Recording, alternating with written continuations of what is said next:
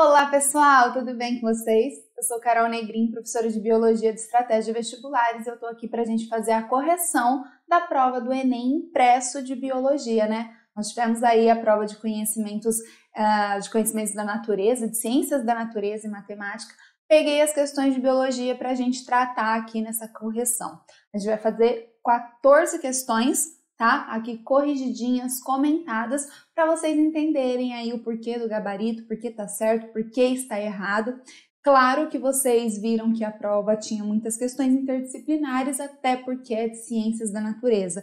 Então a gente bate o olho e fala, olha, isso é biologia? Não, isso aqui tá falando, por exemplo, aquela de densidade de ovos aí, de vermes, né? Não, isso daqui tá falando na verdade, de química. Então, uma prova aí também bastante interpretativa. E, pessoal, para começar, eu quero falar para vocês que eu achei que a prova fugiu um pouquinho aí do padrão do Enem, né? A gente teve aí umas questões bastante específicas, né? Umas questões bastante mais difíceis do que a gente estaria esperando, principalmente nesse ano atípico. Mas, claro, o padrão de aparecer muita ecologia, muito desequilíbrio ambiental, isso não fugiu. Isso apareceu e as questões foram bastante legais. Sem mais delongas, vamos fazer a nossa correção? Então vamos lá. A primeira questão, pessoal, é essa daqui, sobre fragmentação de habitat, que, gente, que é mais o tanto que a gente conversa sobre isso em revisões, em hora da verdade, né? A gente fala muito para vocês, até porque ecologia aparece demais na prova do Enem. Essa é a questão, olha aqui, eu vou ler com vocês. A fragmentação dos hábitats é caracterizada pela formação de ilhas de paisagem original circundadas por áreas transformadas. Esse tipo de interferência no ambiente ameaça a biodiversidade. Imagine que uma população de onças foi isolada em uma mata pequena. Elas se extinguiram mesmo sem terem sido abatidas. Diversos componentes da ilha de habitat, como tamanho, heterogeneidade, o seu entorno, a sua conectividade e o efeito de borda, são determinantes para a persistência ou não das espécies originais. Uma medida que auxilia na conservação da biodiversidade nas ilhas mencionadas no texto compreende pessoal, fragmentação de habitat e qual medida visa melhorar esse aspecto que é perdido com a fragmentação, que é a redução do fluxo gênico. As espécies que ficam em uma determinada área fragmentada e não em outra, por conta do espaço que surge aí entre elas, essas espécies elas não se movimentam como se movimentariam anteriormente, né? Ocorre interrupção de migração, interrupção de fluxo gênico e, por isso, redução da biodiversidade.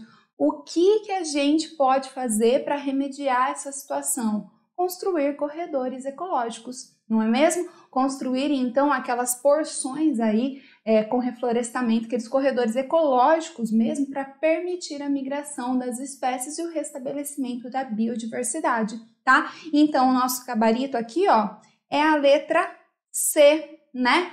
Construção de corredores ecológicos. Manjada, hein?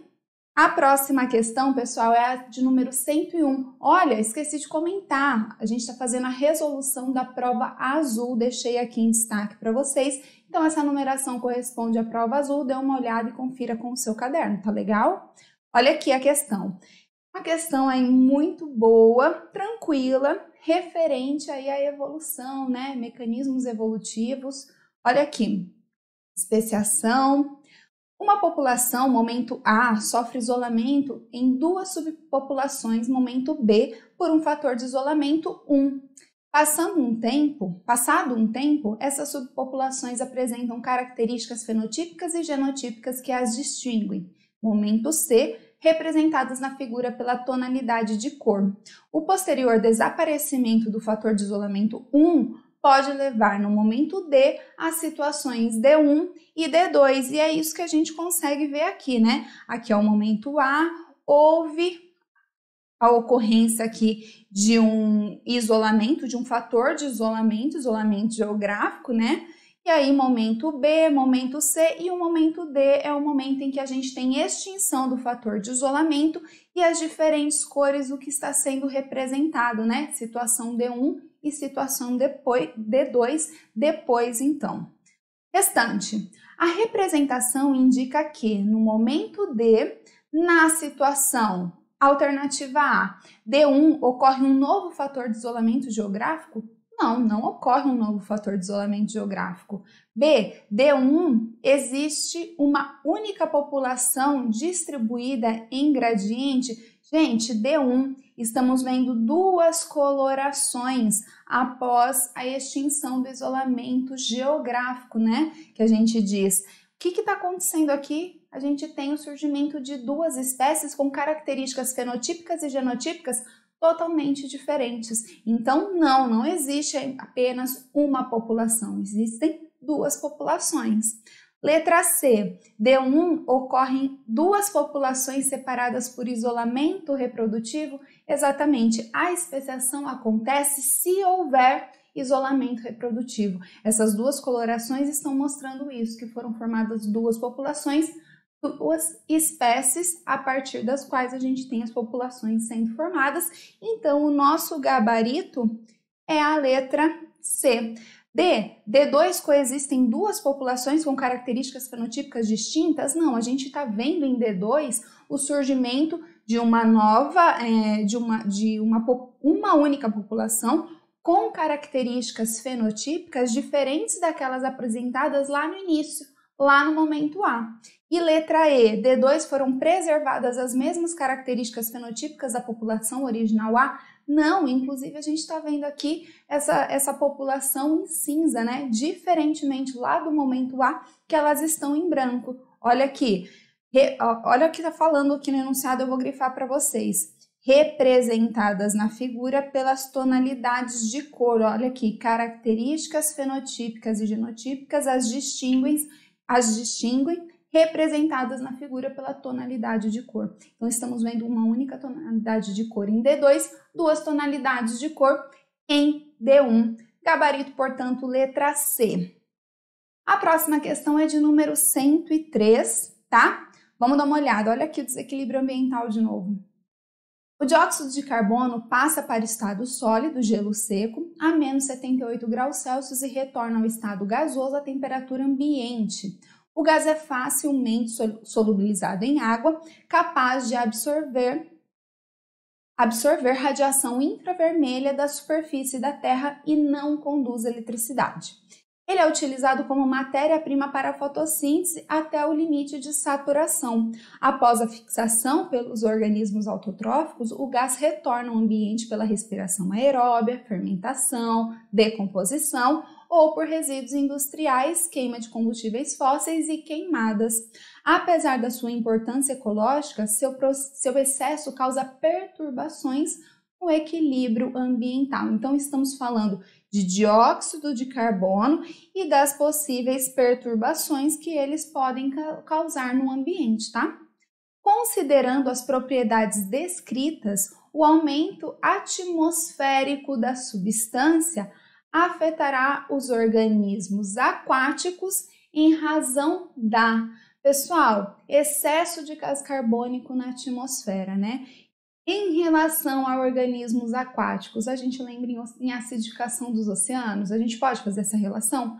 Claro que a gente pode, tá? O que acontece? Excesso de gás carbônico na atmosfera, esse gás carbônico reage com a água do mar, é formado ácido carbônico que logo se dissocia. A gente tem aumento na concentração de H+, né? Portanto, redução do pH da água desse ambiente aquático, desse ambiente marinho.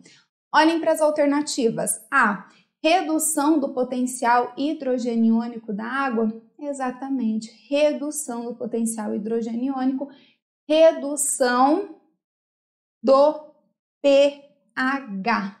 Tá legal?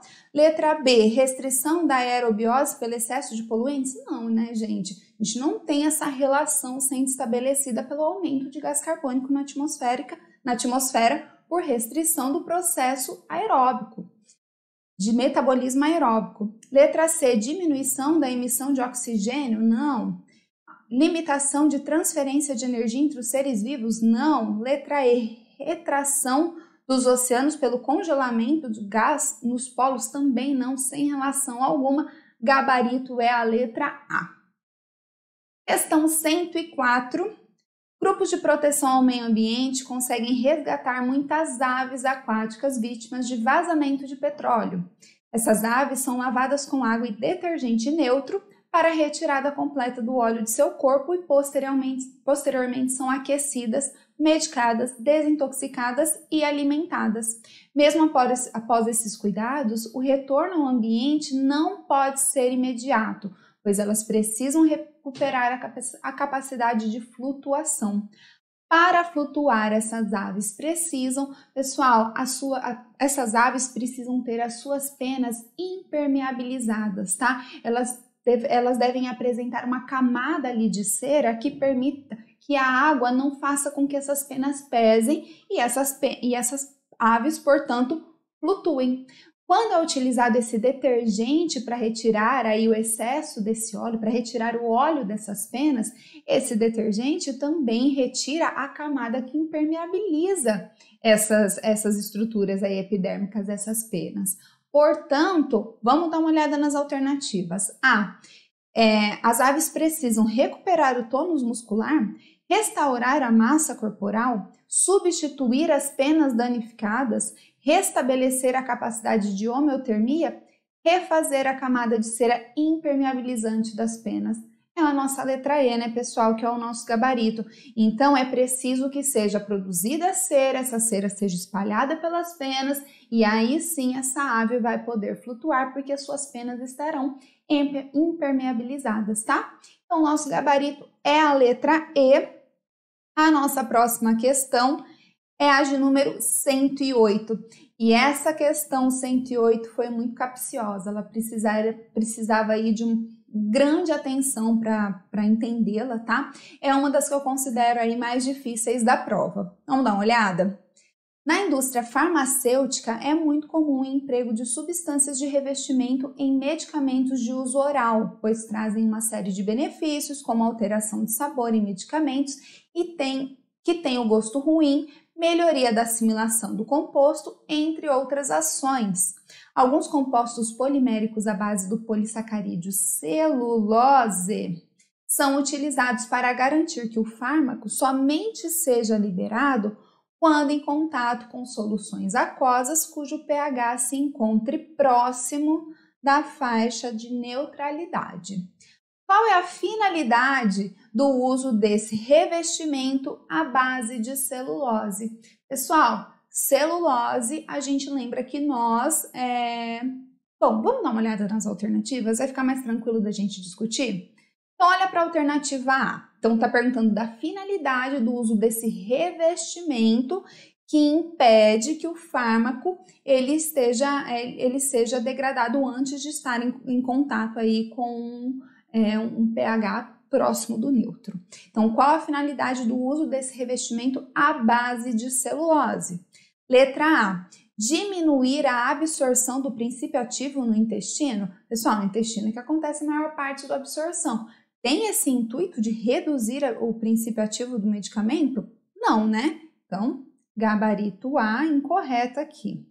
Letra B, impedir que o fármaco seja solubilizado no intestino. Vamos ler todas? A gente vai discutindo. Letra C, garantir que o fármaco não seja afetado pelas secreções gástricas. É essa, mas a gente vai continuar.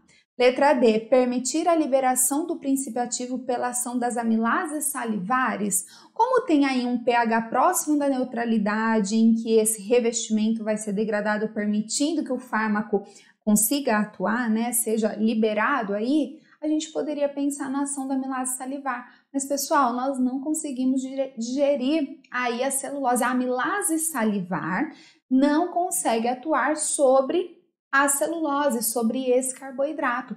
Então, a digestão desse revestimento não acontece na boca, tá? Então, por mais que tivesse aí essa associação do pH, essa alternativa está incorreta. A letra D, né? Incorreta. Letra E, facilitar a liberação do fármaco pela ação dos sais biliares sobre o revestimento. Gente, sais biliares permitem aí a emulsificação de gorduras para que as lipases, né, consigam atuar sobre essas gorduras. Tem a ver com sais biliares? Não tem nada a ver com sais biliares. Falei que o nosso gabarito é a letra C. Por que que é a letra C, gente? Esse revestimento, ele vai ser degradado ali no intestino, na porção inicial do intestino, lá no duodeno. Então, também a gente já exclui a letra B, que fala que impedir que o fármaco seja solubilizado no intestino. Pessoal, então, na boca, o revestimento de celulose não vai ser desfeito, tá? Esse revestimento, ele é degradado em pH próximo do neutro, ok? Lá no estômago, o que acontece? O pH é bastante ácido. Lá não vai haver degradação desse medicamento, desse fármaco. O que acontece? Conforme ele passa para o intestino, vai ocorrendo aumento de pH. E aí sim é que esse revestimento pode ser desfeito, ele é degradado e o princípio ativo do fármaco possa atuar lá no intestino. Então, olha de novo para a letra C. Garantir que o fármaco não seja afetado pelas secreções gástricas? Sim, porque esse revestimento ele vai se desfazer apenas quando próximo da faixa de neutralidade. Portanto, o nosso gabarito é a letra C mesmo. Ok? Fechou com essa questão? Questão 115 agora. Instituições acadêmicas e de pesquisa no mundo estão inserindo genes em genomas de plantas que possam codificar produtos de interesse farmacológico. No Brasil está sendo desenvolvida uma variedade de soja com viricida ou microbicida capaz de prevenir a contaminação pelo vírus causador da AIDS. Essa leguminosa está sendo induzida a produzir uma enzima, a enzima cianovirina N, que tem eficiência comprovada contra o vírus. A técnica para gerar essa leguminosa é um exemplo de, pessoal, estão sendo inseridos genes de outra espécie nessa espécie de leguminosa, com o intuito que ela passe a produzir uma determinada proteína, uma determinada enzima. Então, esse é o intuito, tá? Colocar genes de outra espécie para que esses genes sejam expressos numa espécie em que ele não existia. E é isso, gente. A formação de um transgênico, a produção de um transgênico. Essa leguminosa, ela está passando aí, essa técnica que está sendo utilizada com a leguminosa é um exemplo de transgenia. Organismos transgênicos apresentam genes de outra espécie no seu material genético. Tá legal? Entendido, então? Nosso gabarito é a letra B. Partiu para a próxima? Bora, né? Questão 118 agora. Aranhas, outra questão bastante capciosa que vale a pena uma discussão aí atenta, tá legal? Aranhas, escorpiões, carrapatos e ácaros são representantes da classe dos aracnídeos. Esses animais são terrestres, em sua grande maioria, e ocupam os mais variados hábitats, tais como montanhas altas, pântanos, desertos e solos arenosos. Podem ter sido os primeiros representantes do filo artrópoda a habitar a terra seca. A característica que justifica o sucesso adaptativo desse grupo na ocupação do ambiente terrestre é a presença de. Pessoal, então a adaptação ao ambiente terrestre, a gente pensa no quê? Em características que surgiram aí que permitiram a prevenção à perda de água, né? Permitiram com que esse corpo eliminasse menos água para um ambiente que agora é seco. Vamos dar uma olhada nas alternativas. Letra A. Quelíceras e pedipalpos que coordenam o movimento corporal? Não, sem relação alguma aí com o sucesso adaptativo no ambiente terrestre. Letra B. Excreção de ácido úrico que confere estabilidade ao pH corporal? Pessoal, essa parte da estabilidade ao pH corporal é o que complica essa alternativa, tá? Porque a excreção de ácido úrico seria uma boa adaptação, seria uma boa característica que garantiria, então, um sucesso adaptativo desse grupo no ambiente terrestre. Por quê? Porque o ácido úrico ele é pouco solúvel em água e ele é eliminado por praticamente nada, né? Ele é pastoso. ele é eliminado na forma pastosa, o que é uma garantia para redução de eliminação de água para o meio ambiente. Mas essa parte de estabilidade do pH corporal vai dar uma comprometida. Olha a letra C. Exoesqueleto constituído de quitina que auxilia no controle hídrico corporal. Gente, o exoesqueleto de quitina, sim, é uma carapaça aí que realmente previne contra a perda excessiva de água. Então, o nosso gabarito é a letra C, que a gente poderia pensar, olha, mas existem outros aí, no caso artrópodes, né? Não aracnídeos, mas artrópodes, que são do ambiente aquático e também apresentam exoesqueleto. Então, por isso geraria uma dúvida, né? Poderia falar, olha, mas será que foi o exoesqueleto mesmo? Mas, gente, o exoesqueleto de quitina tem essa propriedade, ele consegue garantir esse sucesso adaptativo e a letra B tem esse probleminha que a gente já falou. Letra B, perdão. Olha a letra D agora. Circulação sanguínea aberta que impede desidratação? Não é essa justificativa aí. E letra E, sistema nervoso ganglionar que promove coordenação central do movimento corporal? Também não. Então a gente fica aí com o gabarito letra C, depois de discutir bem aí todas essas alternativas, tá legal? Bora? 119 agora. Pesquisadores coletaram amostras de água em um rio em pontos diferentes, distantes alguns quilômetros um do outro. Ao longo do rio, há locais de águas limpas, como também locais que recebem descarga de esgoto. Descarga de esgoto de área urbana e locais onde há decomposição ativa com ausência de peixes. Os pesquisadores analisaram dois parâmetros, oxigênio dissolvido, OD, e demanda bioquímica de oxigênio, DBO, em cada ponto de coleta de água, obtendo o gráfico. E a gente tem aqui um gráfico de OD e DBO, né? E 5 pontos de amostragem que foram observados.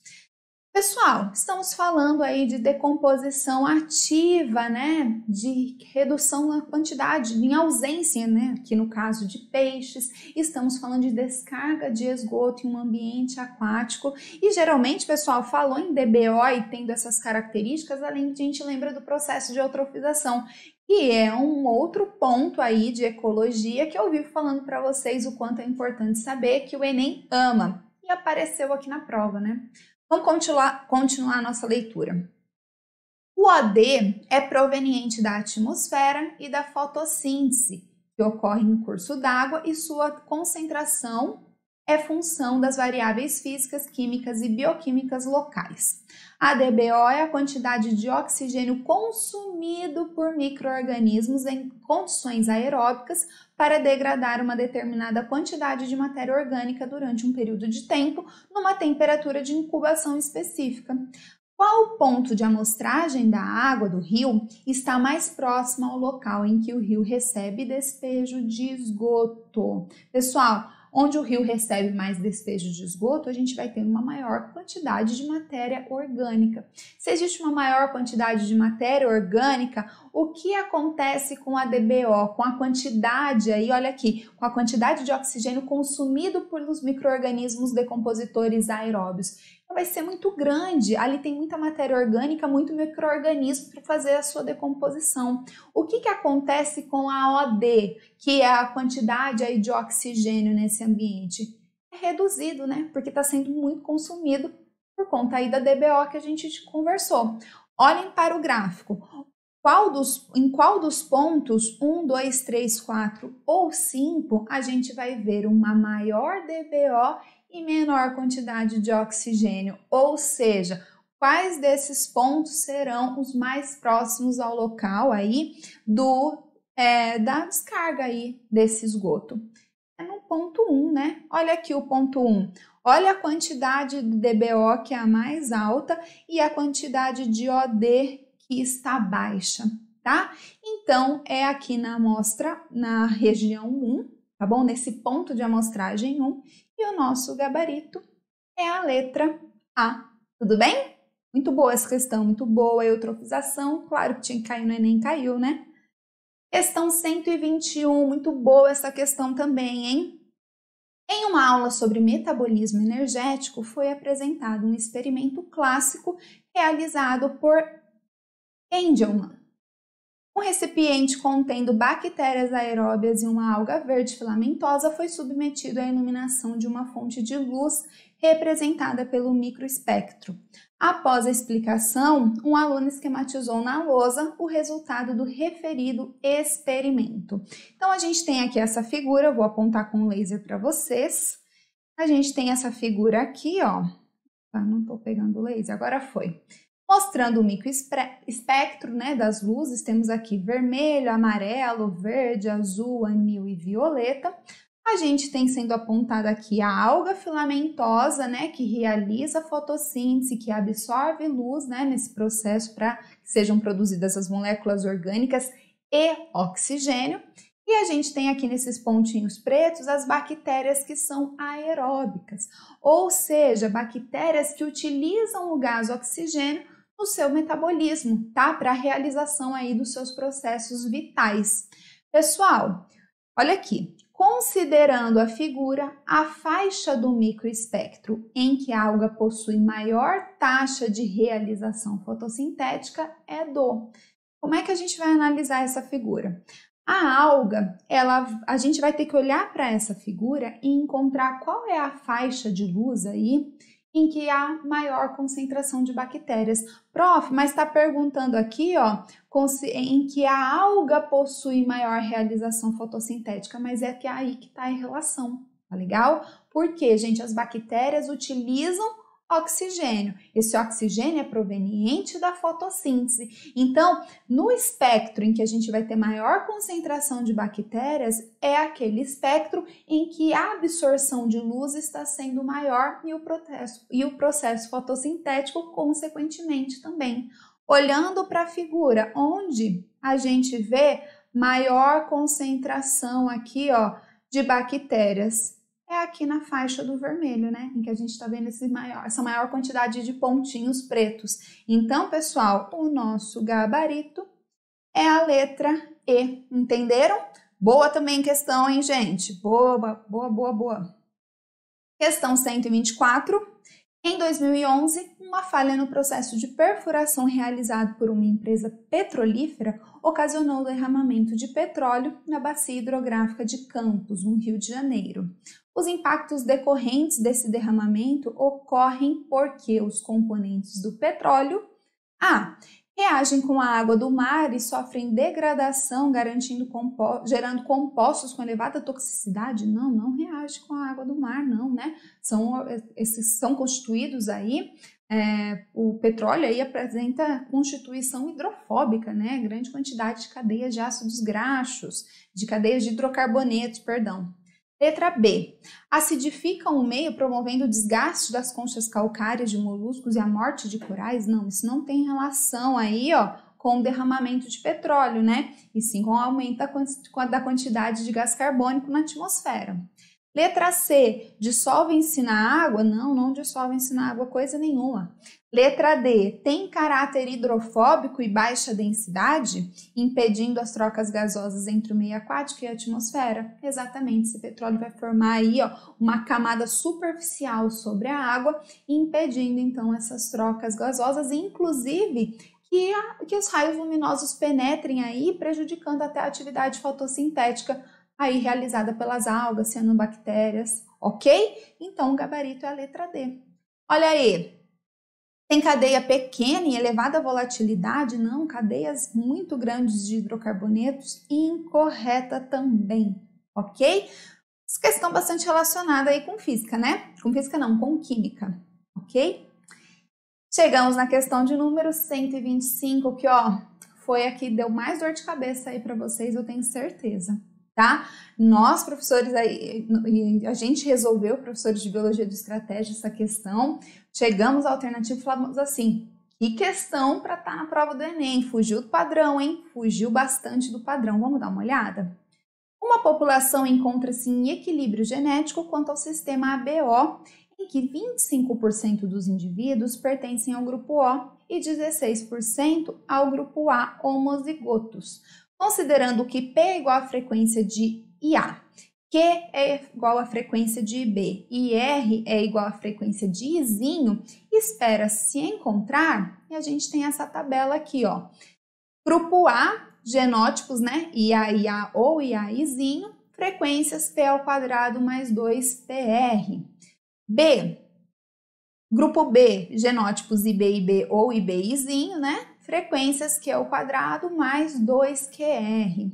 AB, IA e B, 2 PQ e O, Izinho, que é R ao quadrado. Pessoal, esse valor aqui, 2PR, 2QR e 2PQ, é o valor aí dos heterozigotos, né? Para a gente encontrar a proporção de heterozigotos. IAzinho, IBzinho e IA e B.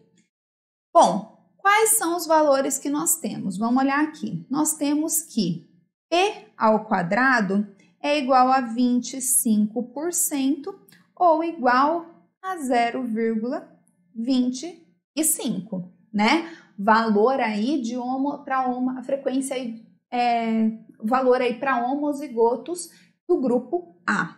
E a gente também tem a porcentagem, esse daqui é o R ao quadrado, de indivíduos que são do grupo O, Izinho.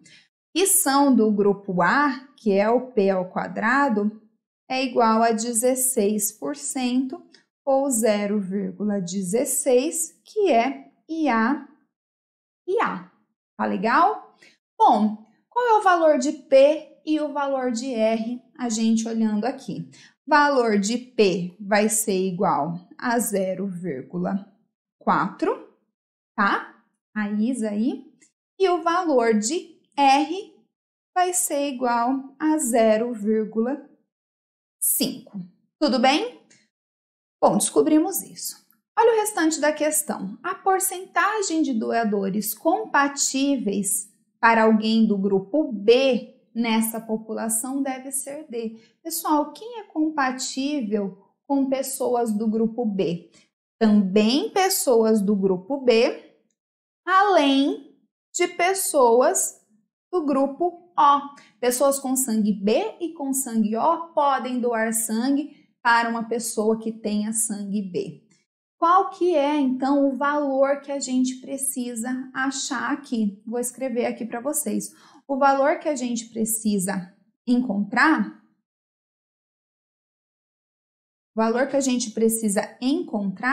é o valor de B, né?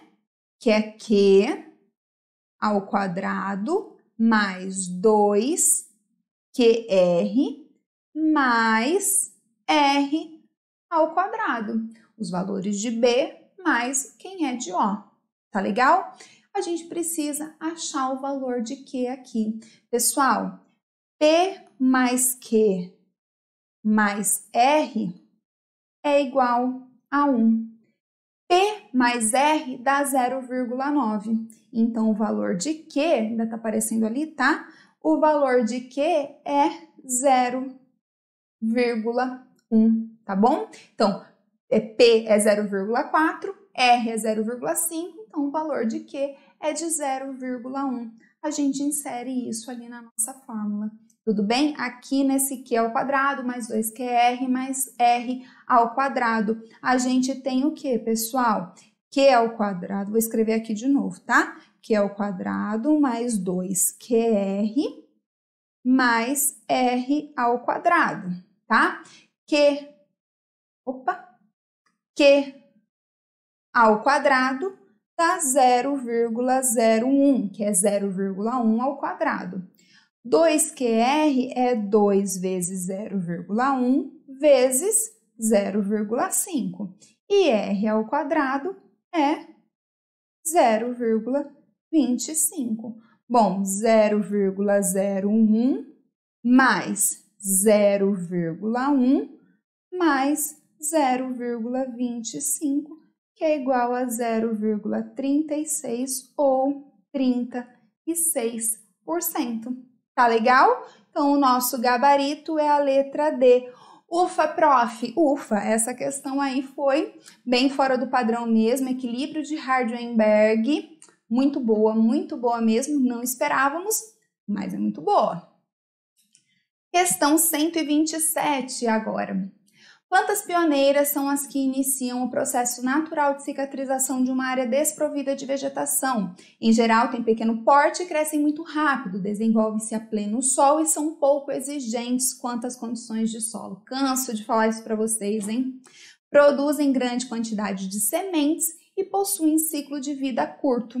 Essas plantas são importantes em um projeto de restauração ambiental, pois promovem no solo. Gente, lembrem que as espécies pioneiras que começam a colonizar um local, elas, aí no caso de sucessão primária, o solo, inclusive, precisa ser feito. Nem existe solo, né? E essas plantas, elas são pouco exigentes porque existe ali incidência de luz constante, evaporação muito grande, elas têm que se multiplicar, se reproduzir muito rapidamente, né? Ciclo de vida curto.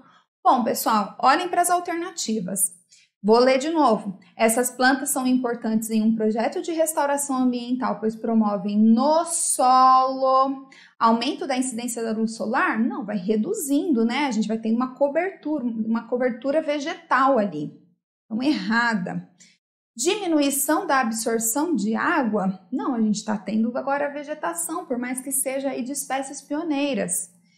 Estabilização da umidade? Exatamente, pessoal, essa cobertura vegetal começa a aparecer, garante umidade ao solo, o que é essencial para que essas plantas sobrevivam, para que outras plantas cheguem, para que esse solo, então, consiga promover água suficiente, umidade suficiente para que os processos vitais aí das plantas aconteçam.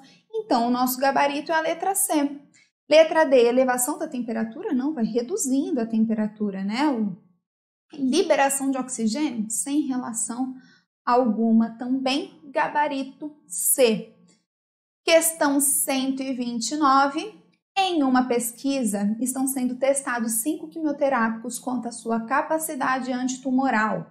No entanto, para o tratamento de pacientes, sabe-se que é necessário verificar também o quanto cada composto agride células normais. Para o experimento, partiu-se de cultivos de células tumorais, colunas escuras na figura, e células normais, colunas claras, com o mesmo número de células iniciais. 2 grupos controle não receberam quimioterápico, controles de células tumorais, CT, e de células normais, CN. As colunas 1, 2, 3, 4 e 5 correspondem aos grupos tratados com 5 compostos. O número de células viáveis após o tratamento está representado pelas colunas. Olhem para a figura, vou pegar o laser aqui. Número de células e aqui todos os tratamentos. Temos aqui o CT, que é o controle com tumor, o controle de células tumorais, e aqui CN, o controle de células normais, tá legal? E aí a gente tem os 5 tratamentos para esses 2 grupos de células, as normais e as tumorais, tudo bem? Bom, qual quimioterápico deve ser escolhido para o tratamento desse tipo de câncer? O quimioterápico que deve ser escolhido, gente, é aquele que promove redução do número de células tumorais sem afetar as células normais, tá? Por quê? Porque as células normais, elas devem continuar se multiplicando. As células tumorais é que precisam reduzir em número, e isso vai ser o efeito quimioterápico. Olhem para a figura. Vamos procurar na figura aquela coluna em que a gente vê redução do número de células tumorais. Olha, eu tô vendo bastante aqui na 3, né? Vamos olhar a 3 nas células normais? Olha aqui, niche. Não, esse quimioterápico também reduziu demais o número de células normais. Não serve. Em segundo lugar, olha aqui o 2. O 2 reduziu bastante também, né? O número de células tumorais. O que aconteceu com as células normais? As células normais estão com um valor bem próximo, estão com um valor, na verdade, até maior do que o do grupo controle de células normais. Então, esse é o nosso gabarito. Quimioterápico teve ação sobre as células tumorais e não prejudicou a proliferação de células normais. Então, esse quimioterápico que deve ser escolhido, né, para esse tipo de tumor aqui analisado, é o quimioterápico 2. Tudo bem? Gabarito B. E por fim, a questão de número 135, que é aí uma questão bastante importante da gente discutir e que tem um probleminha aí de possível anulação. Vamos dar uma olhada? Os diferentes tipos de café que consumimos nem sempre vêm da mesma espécie de planta. As duas espécies de café mais utilizadas são Coffea canephora e Coffea arábica. A primeira é diploide, 2N igual a 22, e a segunda é tetraploide, 2N igual a 44. Acredita-se que a espécie tetraploide surgiu de um cruzamento natural entre C. canephora e C. eugenioides, ambas diploides há milhões de anos. De fato, as análises genéticas atuais dos cromossomos de C. arábica detectam os alelos de ambas as origens. A alteração cromossômica que poderia explicar o surgimento do café da espécie C. arábica é: temos um primeiro ponto a ser considerado. A gente tem aí denunciado que a C. arábica ela é resultante de um processo aí, de cruzamento natural entre a C. canephora e a C. eugenioides. A gente tem qual é a constituição genotípica da C. canephora, mas não temos da C. eugenioides. A gente não sabe qual é o número de cromossomos que ela tem. Então, primeiro ponto aí para a gente discutir. Segundo ponto é em relação às alternativas, então a gente vai seguir. Letra A, então, a alteração cromossômica que poderia explicar o surgimento, então, dessa espécie tetraploide é duplicação em uma das plantas parentais antes do cruzamento. Duplicação, pessoal, a gente está falando em tetraploidia. Duplicação a gente pensa aí que é um processo de mutação gênica, né? Não de mutação cromossômica. Correta essa letra A.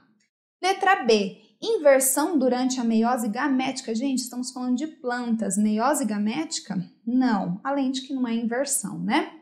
Letra C, separação desigual na meiose gamética. Meiose gamética não. De uma das plantas parentais. Letra D, falha na separação e separação desigual também, ó, essa separação desigual tá por fora. Letra D, falha na separação durante a meiose gamética. Gamética também tá errada aqui. Gente, a meiose em plantas, ela é espórica, acontece para a formação dos esporos. Os gametas, eles são formados por mitose, né? Então, letra D, falha na separação durante a meiose gamética em ambas as plantas parentais. Se tivesse uma meiose espórica aí, essa letra D estaria correta. Por quê, gente? Muito provavelmente foi falha na não disjunção dos cromossomos que levou à formação de uma espécie aí que é tetraploide. Tá legal? Então, mas a gente tem esse gamética que inviabiliza essa alternativa.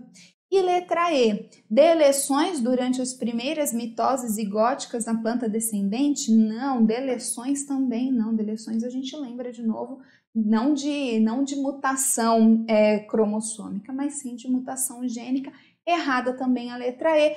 Todas as alternativas estão erradas. Provavelmente seria a letra D, mas a gente tem uma meiose gamética aí. Meiose gamética em plantas não ocorre. Então a gente tem uma questão aí, ó, passível de anulação, tá bom? Como é que vocês foram na prova? Me contem aí o que vocês acharam da correção. Me contem também. Se você não é inscrito, se inscreva aqui no canal. Se você curtiu essa correção, curta então o vídeo, compartilhem com os seus colegas. E pessoal, estou aqui para qualquer ajuda que vocês precisarem. Entre em contato comigo através das redes sociais, aqui através do canal, tem também o nosso canal do Telegram. Então, conto com vocês e vocês podem contar comigo também. A gente se vê numa próxima correção. Estou torcendo pela aprovação de vocês. Eu por aqui. Um beijo. Até mais. Tchau, tchau.